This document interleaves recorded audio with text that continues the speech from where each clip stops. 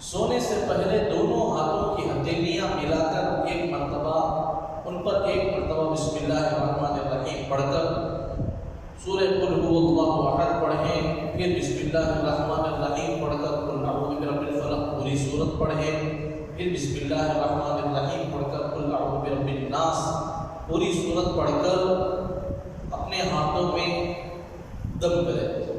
کیا کریں؟ دم، اسے تھوک کے باریک سا چھینٹے بھی اس کو پڑھو، اسے دم پر تھوک ڈالنا ہے۔ کیا نہیں کرنا؟ تھوک ڈالنا، باریک سا چھینٹا، اسے کیا کرنا؟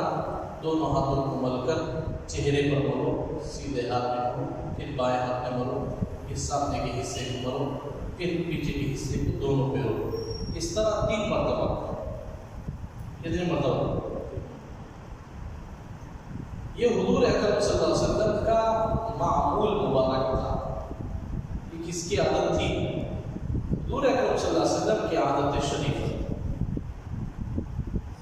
اس کے علاوہ سوتے وقت 30 پر 3 مرتبہ سبحان اللہ، 30 پر 3 مرتبہ الحمدللہ، 30 پر 4 مرتبہ اللہ اکبر، اور 1 مرتبہ کلمہ شہادت پڑھ لیں، اشہد ان لا الہ الا اللہ و اشہد ان محمدا عبدہ و رسولہ پڑھ لیں۔ یہ پورا سنت وہاں جھٹک کر چل جانا نہیں، عمل کرنا انشاءاللہ۔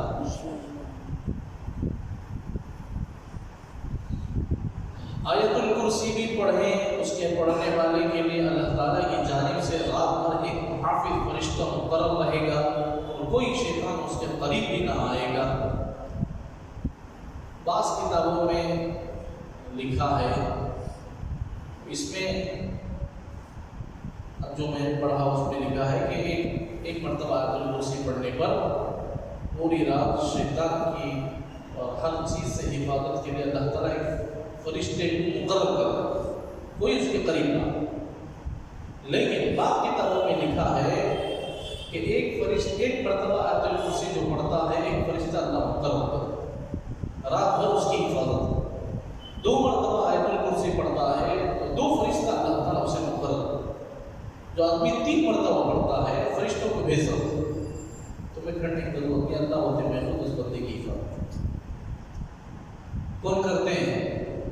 اللہ ہوتے ہیں میں خود اس کی حفاظت کرتا ہوں۔ جو آدمی 3 مرتبہ آیت الکرسی پڑھتا ہے سونے سے پہلے اللہ کی حفاظت میں آ جاتا ہے۔ جو آدمی اللہ کی حفاظت میں آ جائے گا کوئی چیز اسے نقصان نہیں کرے گی، کوئی چیز اسے نقصان نہیں کرے گی۔ پڑھیں گے انشاءاللہ۔